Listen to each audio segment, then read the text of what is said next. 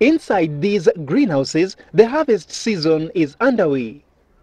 But this greenhouse farm is located in a most unlikely setting, a children's home, Muli Children's Home in Thika. The home's management opted to diversify into farming to support the home's upkeep. Dixon Muli, the farm's manager, says kales, maize and tomatoes are among the crops grown here. But it is French beans that account for the biggest portion of the farm's produce. The entire farm is 500 acres, but we are farming about 100 acres at the moment. We are able to produce food for the children and sell and sustain ourselves with 50% of the money that we have coming from the farm. The warm climate in Thika has provided the perfect conditions for growing French beans. Popularly known as mishiris in the local dialect, French beans do well in drained loam to heavy clay soils.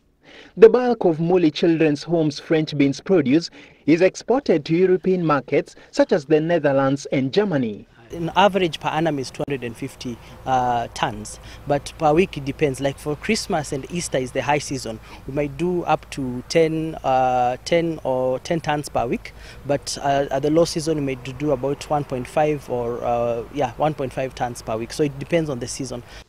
A kilo of French beans goes for up to 80 shillings during the peak season, which translates to a gross turnover of 20 million shillings every year for Muli Children's Home Farm.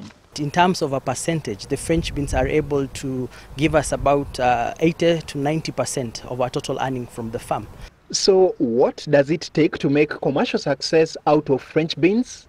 We emphasize to our farmers to start off with good quality seed and certified seed in this case, instead of the way we find sometimes farmers would want to reuse their own seed.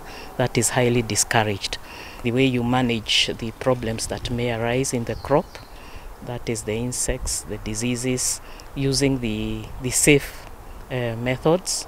Agnes says with at least 1 acre, it is possible to make at least 60,000 shillings in profits from a single harvest of French beans.